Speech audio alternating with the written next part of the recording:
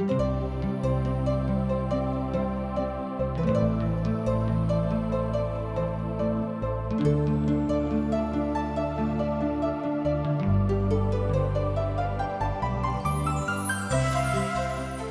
बाजै छथिन, संपूर्ण मन से परमेश्वर पर अहाँ भरोसा रखियो आ अपन समझ के सहारा नहीं लियो आ हुनके स्मरण क सब काज के करियो, तहने वह अहाँ के लेल सीधा मार्ग देखेथिन। आशाक इजोत कार्यक्रम के यह लक्ष्य आ उद्देश्य अछि कि अहाँ के परमेश्वर के राह में मजबूत करबा के अपन जीवनों में मार्गदर्शन भेनाई। कृपया क देखू आ सुनू, जाय सो परमेश्वरक अहाँ के जीवन जिंदगी के ज्योति ठहरे। आशा के इजोत मैथिली कार्यक्रम में हम एक बेर और अहाँ के अभिनंदन प्रभु यीशु मसीह के मीठ आ पवित्र नाम से कह रहल छी। हमरा सब पुनः परमेश्वरक पवित्र वचनक अध्ययन में लागल छी आ एही के लेल उपस्थित भेल छी। हम अहाँ से कहब कि हमरा संगे अहाँ खोल लिया भजन संहिता पोथी तकर 102 अध्याय आ 103 अध्याय। भजन 102 एकटा यीशु मसीह पर आधारित भजन अछि। एही भजन में प्रभु यीशु मसीह के गतसेमनी के गाछी में देखावल गेल छनि। एही भजनक भजनकार अर्थात एहि भजनक भजनकार हुनक नाम की रहनि, एहि बातक विषय में बतौनाइ बड़ मुश्किल भ जाइ छै, किएक तऽ बहुत विद्वान अपन अपन मत व्यक्त करैत छथि कि एहि भजनक भजनकार के छथि। मुदा जँ अहाँ हमरा से पूछबै तऽ हमर अनुमान यह अछि कि एहि भजनक भजनकार स्वयं दाऊद छलाह, किएक तऽ जाय विषय वस्तुक ऊपर एहिमे आख्यान लिखल गेल छै, बतायल गेल अछि, ओ दाऊदेक दिस इशारा करैत अछि। एहि भजनक विशेषता यह अछि जे ई भजन दुख में घेरायल रहबाक काल में गावल जा सकै छै। ध्यान दियौ, एहि भजनक विशेषता यह थिक कि एहि भजनक दुखक काल में जहन अहाँ घेरायल छी तऽ अहाँ गाबि सकलहुँ हैं, अर्थात वही कालक ई प्रार्थना अछि, अर्थात दुख के कालक की प्रार्थना। यह बात हम ओहि लग में अर्थात बतायल सकैत छी जाय बातक विषय में अहाँ एहिठाम देख रहलहुँ हैं।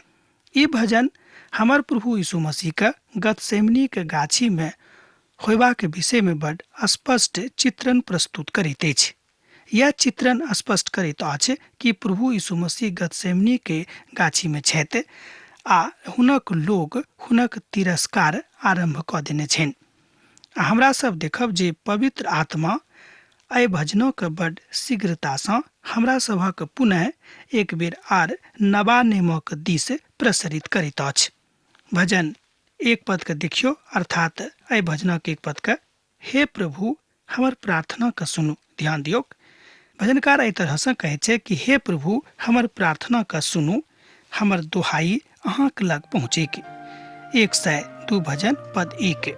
प्रभु का महान दास एहि भजनक एहि रीति सँ स्मरण करैत छथि।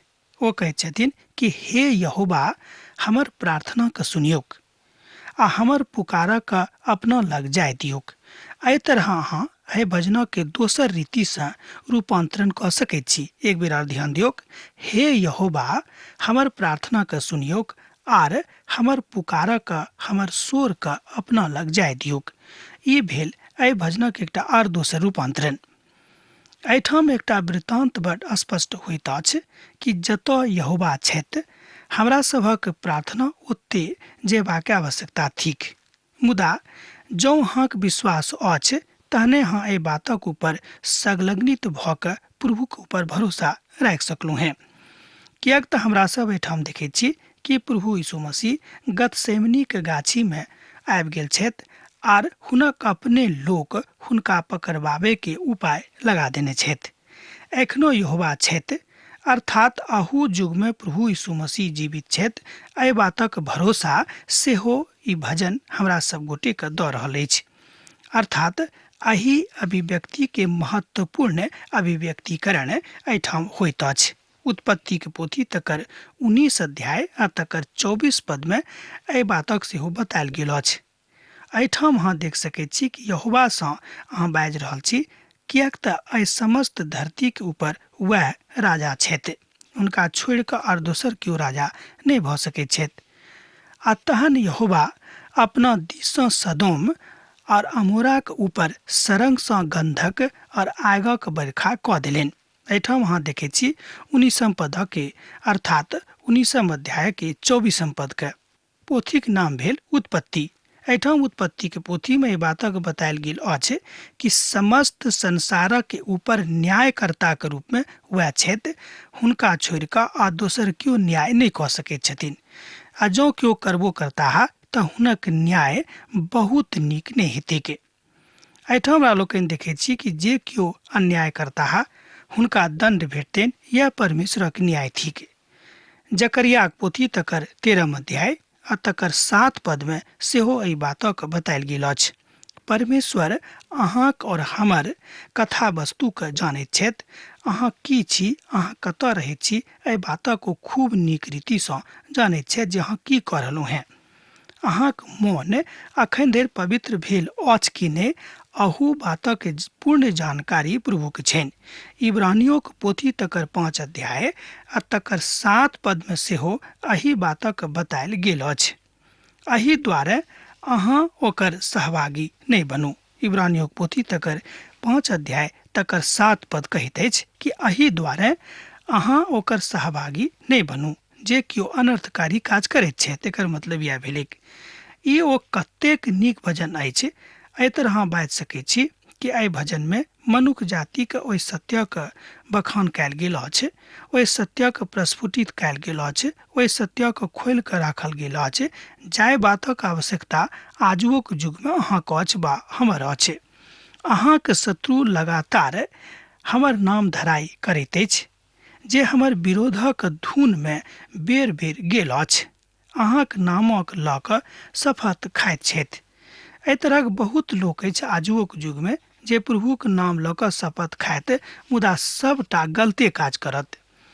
एही अभिव्यक्ति के निराशात्मक अभिव्यक्ति कहल जा सकैत छै। अहाँ बाजि सकैत छी कि बहुत केओ निराश भऽ कऽ एहि तरहक काज करैत छथि वा बहुत केओ जानि बुझि कऽ एहि बातक करैत छथि, मुदा दुनू परिस्थिति में ई करनाइ पाप थिक। ओ अहाँके क्रोध और कोपक कारणे भेल अछि, किएक तऽ अहाँ हमरा उठेलहुँ हैं आ पुनः फेंक देलहुँ हैं। एहि बातक अहाँ देखैत छी 102 भजनक 10 पद में। एहिठाम किछु एहन बातक बा एहन शब्दक बतायल गेल अछि जे ओहि शब्दक प्रयोग इब्रानी भाषा में कयल गेल छै। इब्रानियोक पोथी तकर 12 अध्याय आ तकर 2 पदक जँ देखबै तऽ अहाँ पाएब एहि बातक सत्यापन अहाँ ओतऽ कऽ सकैत छी। एहि तरह ओतऽ बतायल गेल अछि, और विश्वासक कर्ता आ सिद्ध करयवला यीशुक दिस ताकैत रहू, जे ओहि आनंदक लेल जे हुनका आगू में राखल गेल छलैक, लज्जाक किछु चिंता नहि कयने बिनु क्रूसक दुखक उठौलथि आ सिंहासन पर प्रभुक दहिना कांत में जाकऽ बैस गेलाह। एहि तरह अहाँ देखैत छी कि प्रभु यीशु मसीह स्वयं कोनो तरहक चिंता नहि कयलथि, कोनो तरहक निंदाक लेल कोनो तरहक अफसोस व्यक्त नहि करैत छथि, मुदा जे आज्ञा पिताक दिससँ हुनका भेटल रहनि ओहि आज्ञाके पूर्णता कऽ कऽ ओहि संसारसँ विदा भेलाह आर पिताक दहिना कांत में जाकऽ बैस गेलखिन। एहिठाम ओ एहि रीतिसँ बाजि रहल छथि, मुदा हे यहोवा अहाँ सर्वदा विराजमान रहब, और जाय नामसँ अहाँक स्मरण होइत अछि पीढ़ी दर पीढ़ी धरि बनल रहतीक। एहिठाम भजनकार बाजि रहल छथिन कि अहाँक नाम पीढ़ी दर पीढ़ी बनल रहतैक, एहिमे केहो नहि मिटा सकै छै। एहि तरहक सामर्थ्य मनुष्य जातिक लग नहि छनि। अहाँ उठि कऽ सियौन पर दया करब, किएक तऽ हुनक ऊपर अनुग्रह करबाक काल जे ठहरावल छल आबि गेल अछि। एहिठाम भजनकार बाजि रहल छथिन कि हे प्रभु अहाँक अनुग्रहक काल आबि गेल अछि, किएक तऽ जे काल अहाँ ठहरौने छलहुँ हैं से आबि गेल। अब प्रभु हुनका ऊपर दया करियौक। ओ सियौनक ऊपर दया करताह, ई होइत जे आनंदक हुनका ऊपर आबि जेतिक, अर्थात उत्साहित भऽ कऽ ओ एहिठाम एहि बातक बाजि रहल छथि कि हे प्रभु अहाँक काल आबि गेल, अब हुनका ऊपर अहाँ दया करियौक। एहि बातक अहाँ देख सकैत छी एकठाम और पवित्र पोथी बाइबिल में, ओ थिक यूहन्ना के रचल सुसमाचार तकर 11 अध्याय तकर 50 और 51 पद में एहि विषय पर बड़ विस्तार पूर्वक ओतऽ बतायल गेल अछि। आ नहि ई सोचैत छी जे अहाँक लेल ई भला अछि और लोकक लेल ई मनुख मरेके और ई नहि समस्त जाति के नाश भ जायके। आ ई बात ओ अपना दिस सँ नहि बजलाह, मुदा ओहि कालक महायाजक भ क भविष्यवाणी कयलथि जे यीशु ओहि जातिक लेल मुताह। एहि बातक एहिठाम स्पष्ट कयल गेल छैक। अर्थात यूहन्नाक रचल सुसमाचार में एहि बातक अभिव्यक्तिकरण भेल अछि कि अहाँक जाति में से केओ मरि कऽ अहाँक जातिक लेल स्वर्गक द्वार खोलि देथिन, उद्धारक द्वार मनुष्य जातिक लेल खोजि देथिन। यह वह पुनः बात थिक जाहि बातक आवश्यकता आजुक दिन में अछि, कियाक तऽ हमरा सब अपन अपन उद्धारक बाटक खोजैत नहि छी। आ ओ पुनः अपन सियोनक बनौताह जाहि दिन धरि हुनका एहिठाम अयबाक छनि। अर्थात प्रभु के बनावे में वा बिगाड़े में बहुत काल नहीं लागैत छनि, मुदा ओ जानैत छथि, मुदा ओ अपन व्यवस्था के अनुसार काज करै छथिन।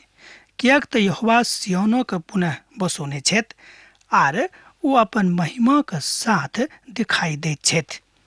प्रभु परमेश्वर महिमा के साथ दिखाई पड़ैत छथि। प्रभु परमेश्वर एहि बातक जानैत रहथि जे हुनक बलिदानक मृत्यु के बाद सियोनक उद्धारक द्वार खुजि जेतैक आ ओ छुटकारा प्राप्त करता। एहि बातक ओ आबि कऽ देलखिन, कियाक तऽ पिता की आज्ञा रहनि। तहना एहिठाम सोचि सकैत छी कि पिता परमेश्वर एहि संसार सँ कतेक नेह राखैत छलाह। भजन 102 तकर 25 सँ लऽ कऽ 27 पद में एहि बातक अभिव्यक्तिकरण होइत अछि। आदि में अहाँ धरतीक ऊपर नेब देलहुँ हैं और सरंग अहाँक हाथक बनायल गेल अछि। ओ तऽ नाश भ जायत, मुदा अहाँ बनल रहब और ओ समस्त कपाड़क जकाँ पुरान भ जेतैक। अहाँ तकरा वस्त्रक जकाँ बदलि सकलहुँ हैं और ओ तऽ बदलि जायत, मुदा अहाँ तऽ वएह थिकहुँ हैं और अहाँक बात केओ एहि बातों में स्पष्ट नहीं कऽ सकैत, मुदा अहीं कऽ सकैत छी। जँ अहाँ 27 पद के देखबै तऽ स्पष्ट भ जायत। 25 पद से लऽ कऽ 27 पद में एहि बातक व्यक्तिकरण मिलैत अछि। देखियौ हमरा संगे 27 पद के, मुदा अहाँ तऽ वएह थिकहुँ हैं आर अहाँक बरखाक अंत केओ नहीं कऽ सकैत अछि। एहि तरह एहिठाम बड्ड स्पष्ट भ जाइ छै कि पिता परमेश्वरक छोड़ि कऽ आर दोसर केओ एहि बातक नहीं कऽ सकैत अछि। तहन एकटा पदक और देखियौ, को तऽ नाश भ जायत, मुदा अहाँ बनल रहब और ओ समस्त कपड़ाक जकाँ पुरान भ जेताह। एहि तरह हमरा लोकनि देखैत छी कि एहि संसारक लोक बहुत शीघ्र एहिठाम से विदा भ जेथिन। एहिठाम अर्थात एहि धरतीक ऊपर हुनक राज बहुत कम दिनक लेल छनि, वा ओ बड्ड कम दिनक लेल एहिठाम राज करताह। तकरा बाद हमरा सब पवित्र आत्माक काजक सेहो देखैत छी। पवित्र आत्मा एहि विषय पर इब्रानियों पोथी का जहाँ देखबै तऽ पाएब 1 अध्याय के 10 पद से लऽ कऽ 12 पद में बतायल गेल अछि। भजन 102 प्रभु यीशु मसीह के विषय में बड्ड नीक रीति सँ बखान करैत अछि। कियाक तऽ एहि बातक हमरा लोकनि नवा नियम के बहुत पोथी में देखैत छी जे संदर्भित अछि। पवित्र पोथी के जानकार लोक एहि बातक स्वीकार करैत छै जे भजन 102 प्रभु यीशु मसीह के जीवनक ऊपर आधारित एकटा महान भजन अछि। यह बात प्रभु के महिमा में ओहि बातों में अर्थात ओहि कालक के वातावरण में सेहो देखल गेल छैक। तहन हुनक महिमा के बखान, हुनक प्रेम के बखान, हुनक श्रद्धा के बखान, हुनक शक्ति के बखान भजनकार एहिठाम करै छथिन। भजन 102 गतसेमनी के गाछी के विषय में बताबैत अछि जे प्रभु यीशु मसीह अपन दुखक आरंभ अपन लोकक लेल वही ठाम से करैत छथि। तकरा बाद हमरा लोकनि आगाँ बढ़ै छी। आराधना के एकटा महान भजन अछि 103। जहन गोटे अपन विजय के ऊपर खूब धूमधाम मताबैत छथि, ओहि काल में अहाँ देखैत होबे कि जहन लोग जिंदगी में आनंद मनाबैत छथि, जहन हुनका कोनो बातक ऊपर विजय भेटैत छनि, तहन ई भजन एकटा नव दिशा के दिस लऽ जाइत अछि। भजन 103 बड्ड नीक भजन अछि, एहिमे कोनो शक नहि, मुदा एकटा गंभीर भजन सेहो थिक। एहिमे जिंदगी के ओहि बातक ऊपर बखान कयल गेल अछि कि जतेक नीक काजक आधार प्रभु परमेश्वर अहाँके जिंदगी में दऽ देने छथि बा राखि देने छथि बा समाहित कऽ देने छथि बा प्रतिष्ठित कऽ देने छथि। अहाँ जेना बुझियौ प्रभु परमेश्वरक अहाँके धन्यवाद देबाक अछि कि हे प्रभु अहाँके बातक लेल अहाँके काजक लेल हम अहाँके धन्य कहै छी। ई बात हमरा सभक आस्था के ऊपर आधारित अछि। जँ हमरा सब प्रभु के कयल गेल काजक ऊपर हुनक बड़ाई नहि करबनि तेकर मतलब यह भेल कि हमरा सभक व्यक्तित्व अखन धरि परमेश्वर के सामर्थ्य के स्वीकार पूर्ण रीति सँ करबाक लेल तैयार नहि भेल अछि। मुदा एकटा बड़ गंभीर विषय बनि कऽ आबैत अछि। भजन 103 का हमरा सब 4 प्रभाग में बाँटि सकैत छी। पहिल प्रभाग भेल वर्तमानक लेल चिंता, दोसर प्रभाग यहोवा के विषय में घोषणा, तेसर प्रभाग आदमी के विषय में घोषणा, चारिम प्रभाग भविष्य के प्रति आस्था। तहन हम बाजि सकैत छी पहिल 2 पद एहि तरह आरंभ होइत अछि। एहिठाम एहि तरह भजनकार कहैत छथि कि हे हमर मोन यहोवा के धन्य कहियौक, आ जे किछु हमरा में अछि ओ हुनके पवित्र नामक धन्य कहियौक। हे हमर मोन यहोवा के धन्य कहियौक और हुनक कोनो उपकारक नहि बिसारियौक। एहिठाम भजनकार बड़ स्पष्टता के साथ बाजि रहल छथि कि दुनिया में एहन कोनो लोक नहीं छथि जिनका जिंदगी में परमेश्वर कोनो ने कोनो नीक काज नहीं कयने छथि, आशीष नहीं देने छथि। तैं छोट सँ छोट जे नीक काज प्रभु के दिस सँ अहाँके जिंदगी में भेल अछि तकरा लेल प्रभु के धन्य कहियौक, हुनका धन्यवाद दियौक। एहिसँ हुनका नीक लागतनि कि हमर धियापुता हमरा स्मरण राखैत छथि आ हमर काजक लेल सेहो ओ चिंता करैत छथि। आ जे किछु अहाँके जिंदगी में कयने छथि तकरा अहाँ बिसारियौक नहि। यह बात भजनकार एहिठाम बड्ड कल जोड़ि कऽ आराधित भऽ कऽ आराधना में बाजि रहल छथि आ हमरा सबके सेहो सिखा रहल छथि कि प्रभु के कयल गेल काजक कहियो नहि बिसारियौक। तहन आउ एहि भजनक दोसर प्रभाग के देखब। ओ दोसर प्रभाग ठीक यहोवा के संबंध में घोषणा अर्थात परमेश्वर के संबंध में घोषणा।